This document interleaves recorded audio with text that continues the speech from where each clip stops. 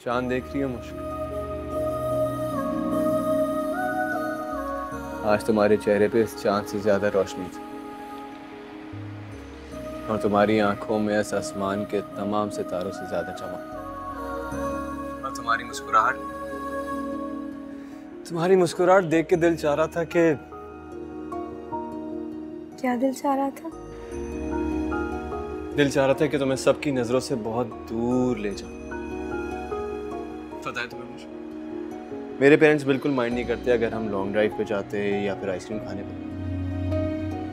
बहुत सी बातें करनी थी तुमसे यार, बहुत कुछ बताना था, बहुत कुछ सुनना था। फिर तुम्हारे अब्बू की खड़ूस शक्ल मेरे सामने आ गई।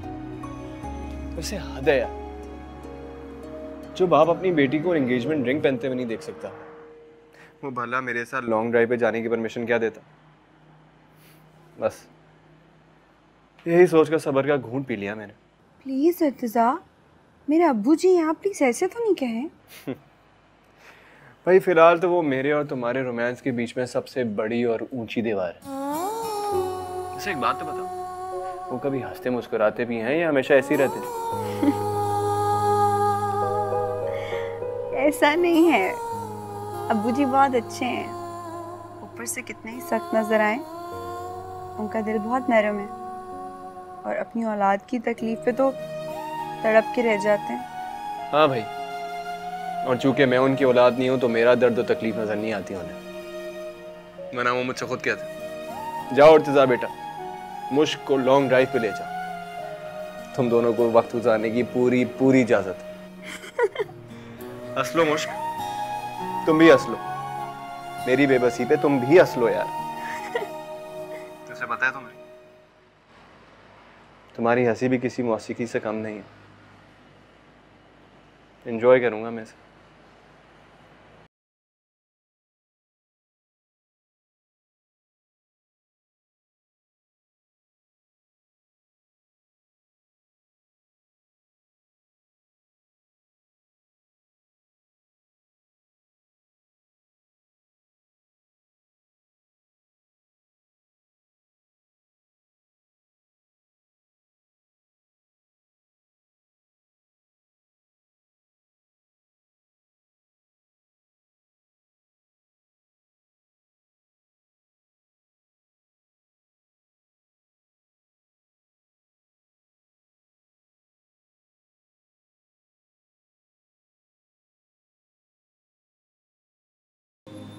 मानो किस किस्म की बातें कर रही हो तुम? मुझे तो ऐसा लग रहा है कि तुम में और फरजाना आपा में रत्ती भर भी अकल बाकी नहीं रही। कोई निकाह से एक दिन पहले इस तरह की नाजायज शर्तें रखता है? क्या जवाब दूंगी मैं इस्माइल मियां को? और इफ्तिखार साहब, वो तो मेरी वो दुर्गत बनाएंगे कि तुम्हें अंदाजा भी नहीं है। मैं ही बेवकूफ हूं जो इसी तगदो में लगी हुई हूं कि तुम्हारा घर बस जाए, कि तुम्हारी किसी अच्छे नेक और शरीफ आदमी से शादी हो जाए जो तुम्हारा सहारा बन सके। मगर तुम्हारे तो मिजाज ही नहीं मिल रहे। आप खुद मुझे बताइए ना, मैं अपनी माँ को भी तो आंसरेबल हूँ ना। क्या पूछेंगी वो मुझसे कि मैं ऐसे इंसान से शादी कर रही हूँ जो एक तो शादीशुदा है, ऊपर से 2 बच्चे, और तो और उसके घर में एक पागल बहन भी है मुझे तंग करने के लिए। इतना सब कुछ हो जाने के बाद अगर मैं 5 लाख रुपए हक मेहर की डिमांड कर रही हूँ तो कौन सी बड़ी बात है? आजकल के दौर में तो 5 लाख रुपए कुछ भी नहीं है। मेरा ख्याल में तो बानो आपा बिल्कुल ठीक कह रही हैं। एटलीस्ट 5 लाख रुपए हक में। बानो आपा, अगर आपके दिल में, आपकी अम्मी जी के दिल में ऐसी कोई भी बात थी तो पहले ही क्लियर कर देते।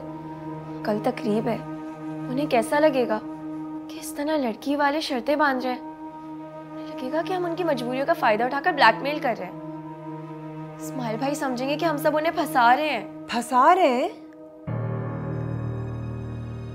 मुझे तो लगता है आप सारे के सारे मिलके मुझे अपने जाल में फंसा रहे हैं।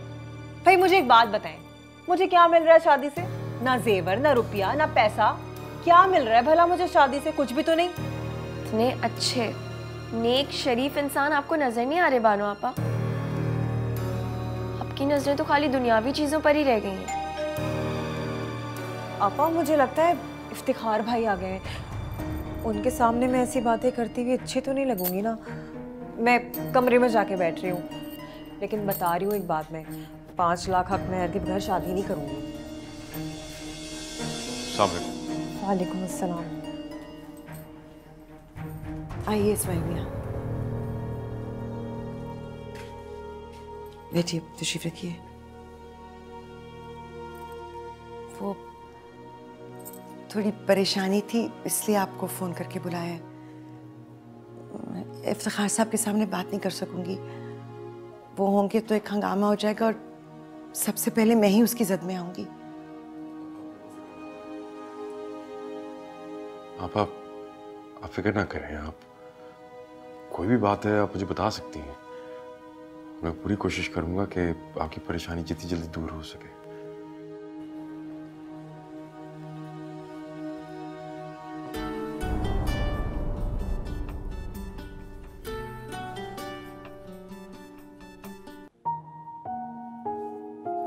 हेलो इर्तिज़ा। हेलो मुश्क। अच्छा सुनो, कल मेरी मामा ने अपनी फ्रेंड्स का गेट टुगेदर रखा है। वो चाह रही थी कि तुम्हें उनसे मिला दे। कल शाम को 5 बजे रेडी रखना, मैं तुम्हें लेने आऊँगा। कल शाम? कोई मसला है क्या? इर्तिज़ा मसला तो नहीं है, लेकिन वो इस्माइल भाई है ना और बानो आपा, उनका निकाह है कल और हमारे घर ही सारा इंतज़ाम है। तो अबू जी इस तरह की सिचुएशन में मुझे बिल्कुल नहीं इजाज़त देंगे। ओहो, मैंने भी मामा से कमिट कर दिया है। उनकी सारी फ्रेंड्स आ रही हैं यार। तुम प्लीज़ अपनी मामा से बात करना, वो ज़रूर कोई ना कोई तरीका निकलवा देंगी। ओके? हाँ, मैं ट्राई करती हूँ और मैं देखती हूँ कि अगर मुझे परमिशन मिल जाए। कल शाम को तुम्हें पिक करने आऊँगा, रेडी रहना। बाय।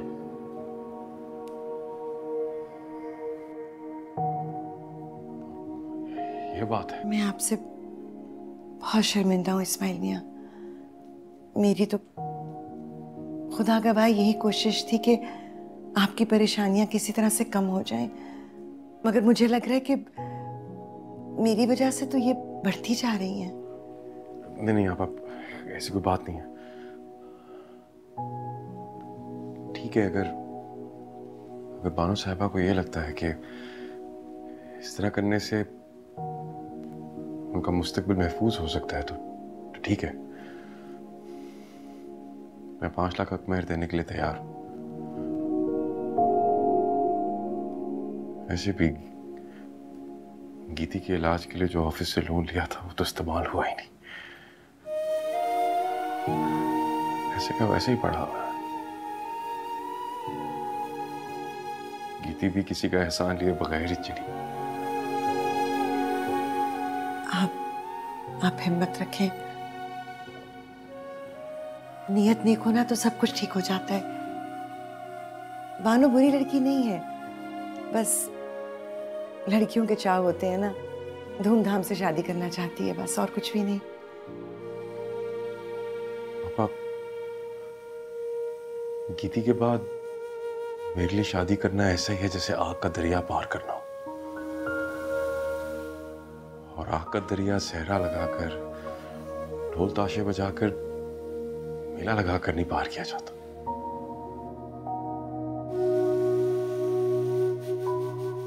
मैं मजबूरी के तहत बानो साहिबा से शादी कर रहा हूं और अपना नुक्ता नजर मैं बयान कर चुका हूं। अगर उनको कोई इख्तिलाफ है मुझसे तो वो अपना फैसला करने के लिए बिल्कुल आजाद है। लेकिन मैं धूमधाम से शादी नहीं करूंगा। मैं समझ सकती हूँ इस्माइल मियां, और सच्ची बात तो यह है कि मैं भी आपकी हम ख्याल हूँ। असराफ तो अल्लाह ताला को भी पसंद नहीं है। आप फिक्र मत करें, आपके लिए अच्छा ही होगा। कोई बात नहीं, भानु नहीं करना चाहती ना सादगी से शादी। आप जैसे नेकसीरत इंसान के लिए तो बहुत सारी लड़कियां हैं। कोई भी अच्छी नेक लड़की बखुशी आपके साथ सादगी के साथ निकाह करने के लिए तैयार होगी। वो मैं जा रही थी घर तो सोचा खुदाफिज कह लूँ आप सबसे। आओ बानो, यहाँ आकर बैठो। जी।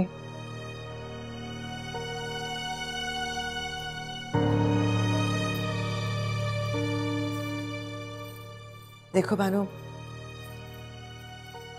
जो बातें इस वक्त यहाँ हो रही थी, तुम्हारी शमूलियत जरूरी है। सच्ची बात है कि जिंदगी तुम दोनों की इत्तेफाक राय से गुजरेगी ना। मैं तो सिर्फ मशवरा दे सकती हूँ, तुम्हारी जिंदगी तुम्हारे लिए तो नहीं गुजार सकती। आपा, दरअसल मैंने इत्तेफाकन आप लोगों की बात सुन ली थी। ठीक है, अगर इस्माइल साहब को धूमधाम से शादी करने में कोई एतराज़ है और ये सादगी के साथ शादी करना चाहते हैं तो क्या?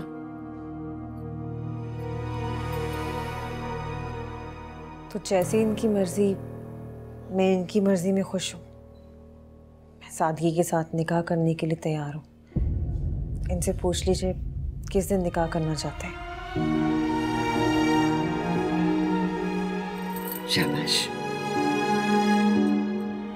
खुश रहो, अल्लाह ताला तुम दोनों की जोड़ी बनाए रखे। शाबाश।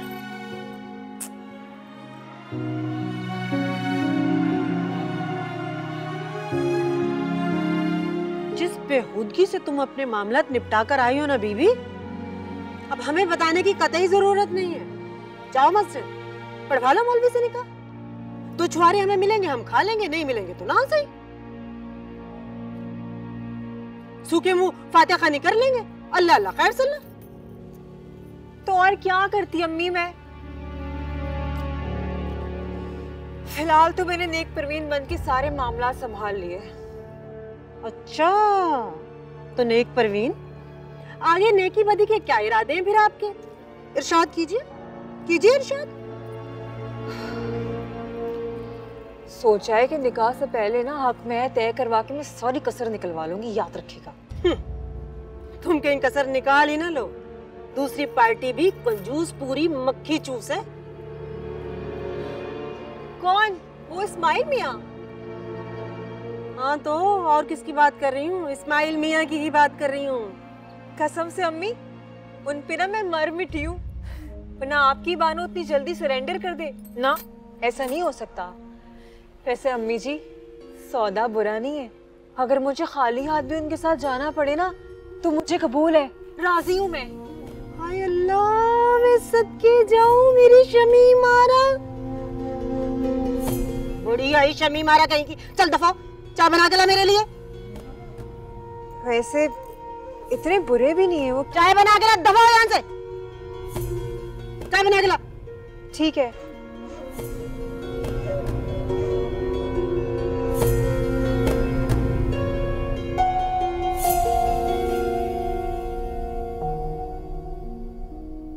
अंबर, सो गई क्या? नहीं, फिलहाल तो सिर्फ कोशिश कर रही हूँ। क्या सोच रही हो? कुछ खास नहीं, बस यही सोच रही थी कि इस्माइल भाई के साथ बानो आपा की शादी कैसी रहेगी। मतलब बानो आपा उनके घर में एडजस्ट तो कर लेंगी ना, सही रहेंगी ना उनके साथ। अंबर, कैसी बहन हो तुम? मुझे लगा तुम मेरे और इर्तिजा के बारे में सोच रही हो। भाई, तुम अपनी बहन के बारे में सोचने के बजाय पड़ोसियों की फिक्र कर रही हो। कैसी हो तुम? मुश्क, तुम्हारे और इर्तिजा भाई के बारे में सोचने के लिए तुम काफी नहीं हो क्या? मतलब मैं क्या सोचूं? मैं क्यों सोचूंगी? अच्छा बताओ, इस्माइल साहब और बानो आपा के बारे में क्या सोच रही थी तुम? यही सोच रही थी, क्योंकि मैं भी उनके बच्चों को लुक आफ्टर कर रही हूँ ना, तो मुझे उनकी तकलीफ, उनका दर्द सब महसूस हो रहा है। मुझे पता चल रहा है कि उन लोगों को किस वक्त क्या चीज की जरूरत है। और एक तुम हो जो कि अपने ख्यालातों में ही मगन हो, अपनी ख्वाहिशात की झूलों में सवार हुई नहीं है मैडम। मुश्क, तुमने ना कभी भी उनके बच्चों में, उनकी फैमिली में, किसी भी चीज़ में दिलचस्पी नहीं ली है। इतनी खुदगर्ज हो गई हो तुम। मैं कोई खुदगर्ज नहीं हूँ अंबर। अल्लाह ने मुझे इतनी प्यारी खुशी दी है, मैं उसे छोड़कर दूसरों का दुख दर्द बांटती फिरूं? और भाई इससे मुझे क्या लेना देना कि बानो आपा उस घर में ठीक रहेंगी कि नहीं रहेंगी?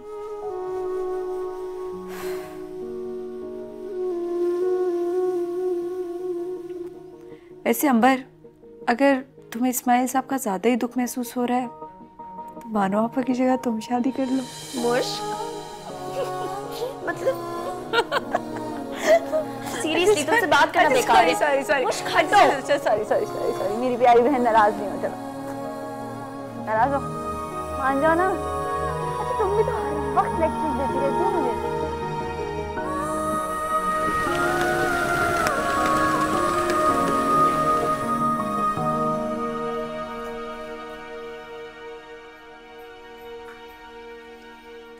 अम्मी जी वो आपने बताया नहीं, मैं इर्तिजा से क्या कहूँ फिर? आज तुम्हारी वैसे नासमझी और कमकली की दाद देनी पड़ेगी। तुम्हें पता है कि घर में तकरीब है, सारा बोझ मेरे कंधों पर है। बजाय से कि तुम्हारा हाथ बटाओ, तुम मुझे एक नए इम्तिहान में डाल रही हो। क्या कहूंगी तुम्हारे अब्बू जी से कि आपकी बेटी घर की तकरीब छोड़कर होने वाली ससुराल में जाना चाहती है? अम्मी जी वो घर की तकरीब नहीं है, जबरदस्ती की डाली हुई गले में बला है और कुछ नहीं है। बहुत ही शर्म की बात है मुश्क, किसी की खुशी के बारे में इस तरह से बात करके तुम उनकी खुशी खराब कर रही हो।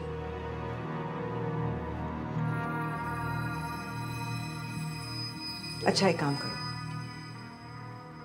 तुम तैयार हो जाओ और इर्तिजा से कहो कि तुम्हें 5 बजे नहीं 7 बजे लेने आ जाए। तब तक निकाह हो चुका होगा तो मैं और अंबर संभाल लेंगे और तुम्हारे अब्बू जी को भी मना लूंगी। खुशी का दिन है, इनकार नहीं करेंगे। अम्मी जी अगर इर्तिजा नहीं माने तो?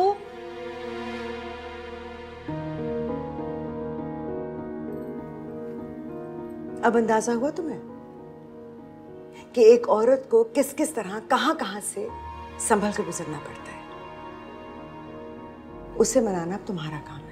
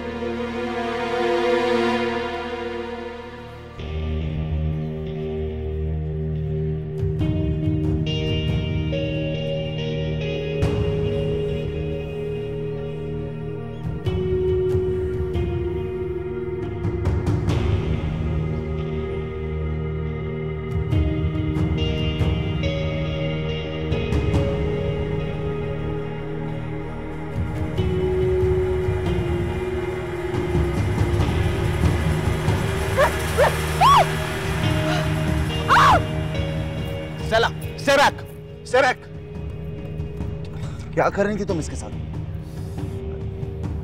Get up. Stay back.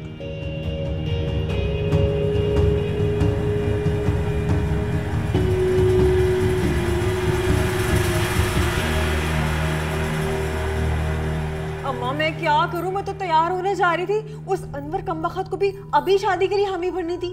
मानो एक बार फिर सोच लो। क्या सोच लूं अम्मा, उसको भी मेरी जिंदगी में अभी आना था दोबारा, 10 दिन पहले नहीं आ सकता था। उफ, सुस कहीं का। अरे अनवर के पास इतनी जायदाद है और बच्चों से भी फारिग हो चुका है। अगर उसके घर चलेगी ना, ऐश करेगी ऐश। अच्छा ऐश करूंगी मैं? पर अम्मा वो जो इस्माइल साहब निकाह की तैयारी कर रहे हैं घर पे, मौलवी साहब अरेंज करके बैठे हुए, उसका क्या करूं? अरे अपने फायदे के लिए इंसान को ढीठ हो जाना चाहिए। तू भी ढीठ हो जाना, ज्यादा से ज्यादा ना क्या करेंगे, तुझे बातें सुनाएंगे ना, बुरा भला कहेंगे ना, चुपचाप सुन लेना। तेरा क्या चाहता है?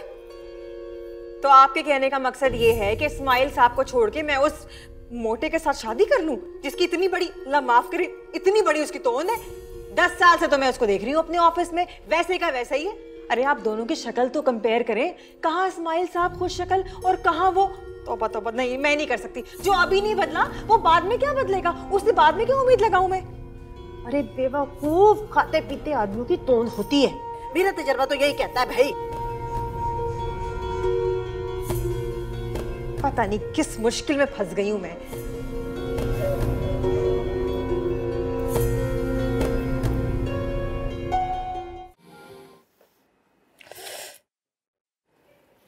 What's wrong with you? तुम पागल हो गई हो? तुम जानती हो ना कि स्टेला कितनी डेंजरस है? फिर क्यों कर रही थी उसके साथ छेड़खानी तो? हाँ? ये तो शुक्र करो कि उसने तुम्हारे साथ ज्यादा कुछ नहीं किया, वरना वो डायरेक्ट पहला हमला चेहरे पर करती है। अगर मेरी इस ब्यूटीफुल फ्रेंड का चेहरा खराब हो जाता तो फिर मैं क्या करता? And now, why are you getting so emotional?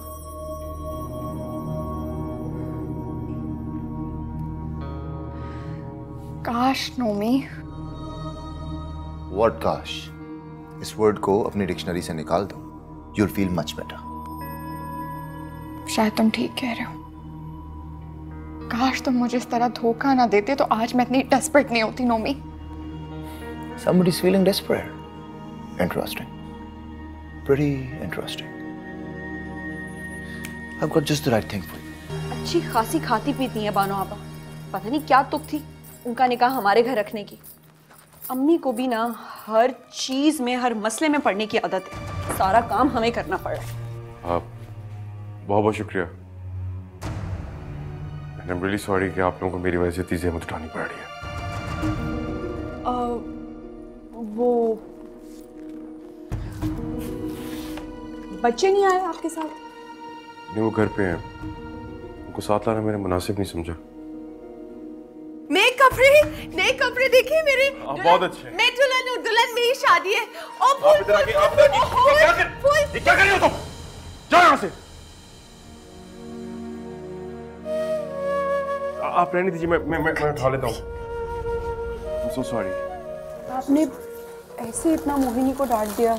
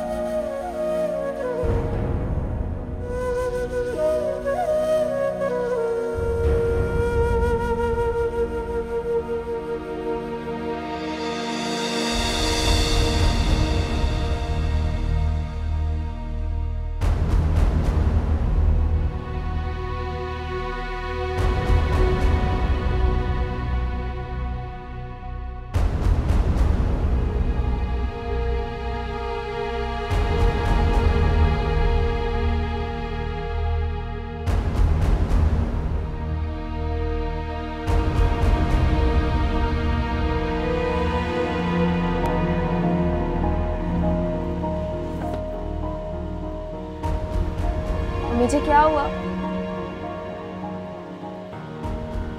कुछ तो बोले। कौन था वो लड़का? और ये सामान क्या है? ये तो वही दुपट्टा है ना जो आज बानो आपा को पहनना था। तो ये यहाँ क्या कर रहा है? और बानो आपा कहाँ है? बानो और फरजाना आपा कहीं चली गई हैं। हाँ, सामान भिजवा दिया है। क्या मतलब? कहाँ चली गई हो और सामान क्यों भिजवा दिया? बोलो, मैं कुछ पूछ रहा हूँ।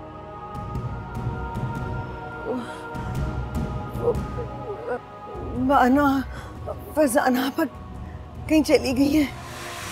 घर पे ताला लगा और वो सामान इसलिए भिजवाया कि शादी से इनकार कर दिया उन्होंने।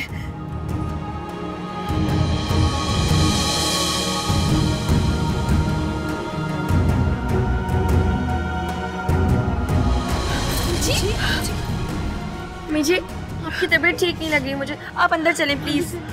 क्या हो गया? बानो ने क्या कर दिया? आप इस वक्त परेशान नहीं होने जी प्लीज अभी आप चले, आप अंदर चले, मैं पानी पिलाती हूँ। चलो।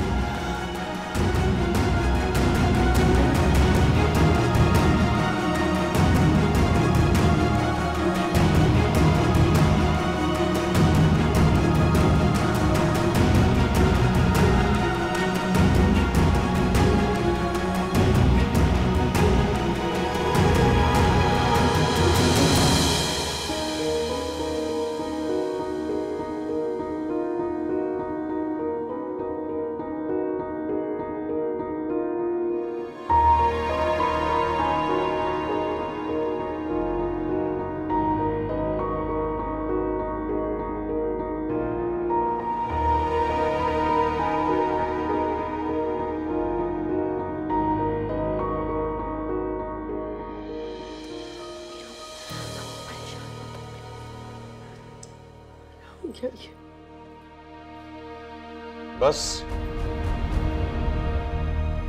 ढह गई ना रेत की दीवार की तरह। जाओ जाकर मुंह दो उन लोगों को जिनको झूठी तसल्लियां दे रखी थी कब से तुमने, उन दो मक्कार औरतों की वजह से जो मुंह पे कालिक पोत कर चली गई। हमारे शौक पूरा हो गया, सवाब हासिल कर लिया तुमने, सोशल वेलफेयर करने निकली थी। क्या जवाब दूं मैं उन लोगों को जो शरीफ नीचे बैठे हुए हैं? बोलो। अब्बू जी, आप हर चीज का गुस्सा अम्मी पे क्यों उतार रहे हैं? जो कुछ हो रहा है और जो कुछ हुआ उसमें सबकी मर्जी शामिल थी, तो अम्मी हर चीज की कसूरवार कैसे हो गई? खामोश हो जाओ तुम, जबान कैच लूंगा गुद्दे से तुम्हारी मैं। अगर किसी की हिमायत में कोई भी बोला तो बहुत बड़ी गलती की मैंने, जो तुम औरतों पे भरोसा किया। अब इसका अजाला मैं ही करूंगा और मैं जानता हूं कि क्या अजाला होगा उसका। समझ गए तुम लोग? बताओ बताओ क्या माजरा हुआ, बताओ। पापा बता दीजिए, कम से कम खामोशी से तो बेहतर ही होगा।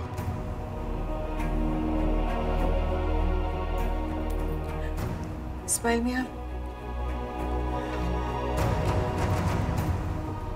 बानो और फरजाना अपने शादी से इनकार कर दिया।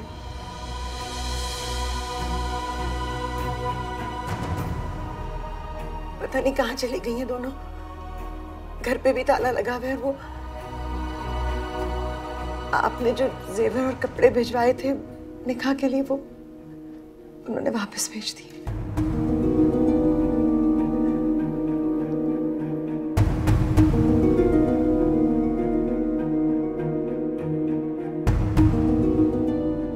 इस्माइल में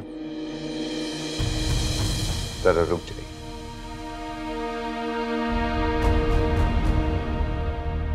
नंबर इधर आओ, इधर आओ।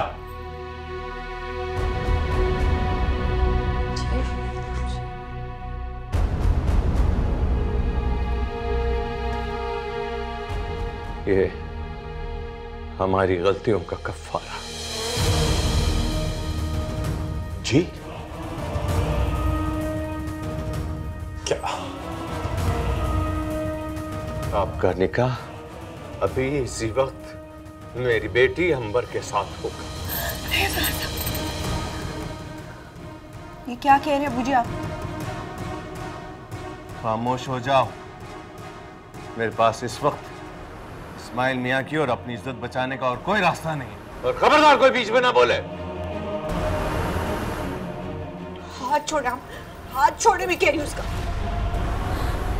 ये मेरी छोटी बहन है, कोई भेड़ बकरी नहीं है जिसकी रस्सी आप किसी के भी हाथ में पकड़ा देंगे। और मैं आपको बता रही हूँ, आपका ये जुल्म हम नहीं बर्दाश्त करेंगे।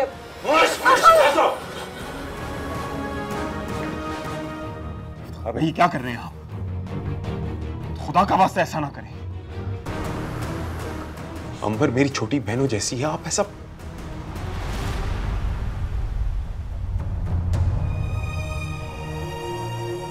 मेरे नसीब में जो लिखा हुआ है, अच्छा या बुरा, उसका जिम्मेदार कोई नहीं है। किसी पर कोई इल्जाम नहीं है, तो फिर कफारा कैसा और क्यों? लेकिन इस्माइल मियां खार साहब, मैं कमजोर नहीं हूं, नहीं हूं मैं कमजोर। अगर मैं गीती के बगैर से जी सकता हूं तो फिर बानो साहिबा के साथ तो मेरा कोई जज्बाती ताल्लुक ही नहीं था। आज का वाकया हाँ मेरे लिए अफसरदगी का सबब जरूर है, लेकिन दिल शिकस्ती का नहीं।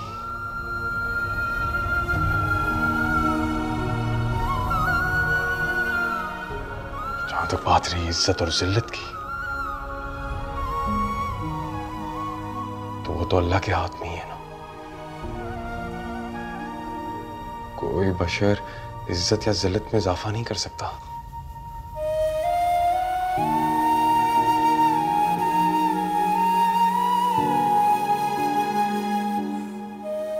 मुझे इजाजत दें आप। मेरा किसी से कोई गिला कोई शिकवा नहीं है। आप लोगों ने जो भी किया बहुत खुलूस नीयत से किया, जिसकी मैं बहुत कदर करता हूं।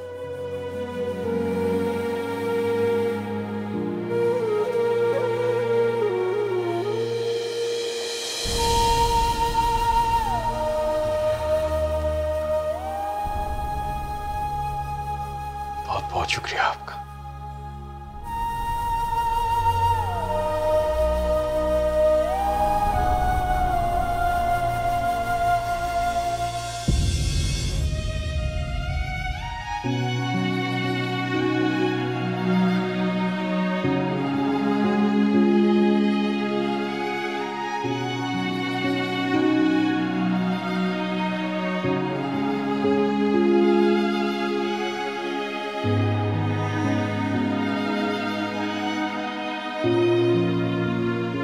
आप मेरी बात बहुत ध्यान से सुने। मैं आपसे मजाक नहीं करी। मैं बहुत सीरियस हूँ। मैं आज आपके घर नहीं आ सकूंगी। आप मुझे लेने मत आइएगा।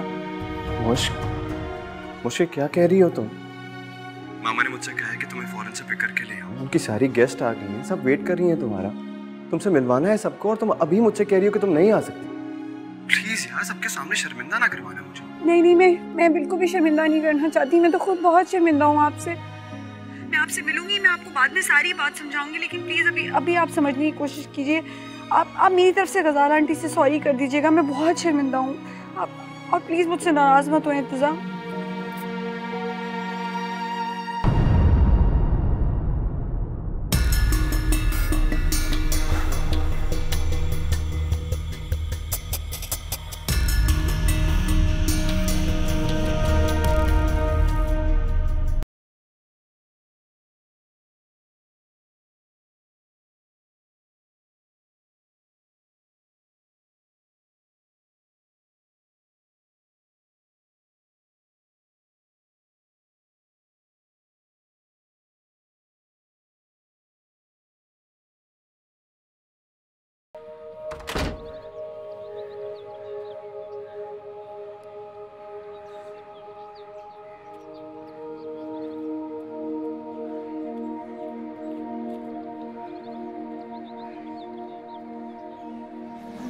बाबा अस्सलाम वालेकुम। बाबा नई वाली मम्मा नहीं आई? अस्सलाम वालेकुम इस्माइल भाई, क्या बात है, आप अकेले ही आए? मैं अकेला कहाँ, मेरे साथ मेरे बच्चे हैं। मैं बहुत माजरत ख्वाह हूँ आलिया बहन, आपको मेरी वजह से ज़हमत उठानी पड़ी। अब आप घर जाकर आराम कर सकते हैं। लेकिन को अधूरा ही रहने दो। कभी कभार इंसान इतना बेबस होता है कि उसके पास कुछ सवालों के जवाब नहीं होता। इसका मतलब है कि निकाह नहीं हो सका?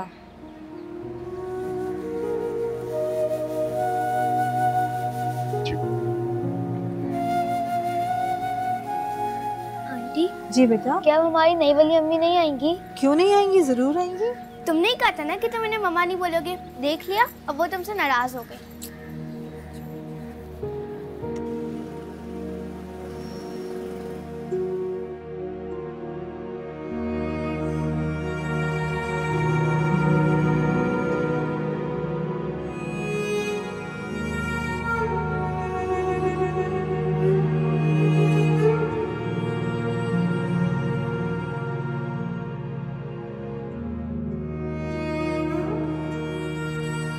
ये हमारी गलतियों का कफ़ारा। हाथ छोड़ा, हाथ छोड़ने में कह रही उसका। ये मेरी छोटी बहन है, कोई भेड़ बकरी नहीं है जिसकी रस्सी आप किसी के भी हाथ में पकड़ा देंगे। और मैं आपको बता रही हूँ, आपका ये जुल्म हम नहीं बर्दाश्त करेंगे अब।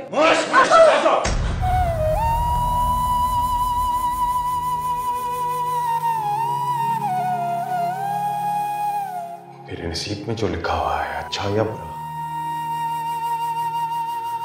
उसका जिम्मेदार कोई नहीं है। किसी पर कोई इल्जाम नहीं है, तो फिर कफारा कैसा और क्यों?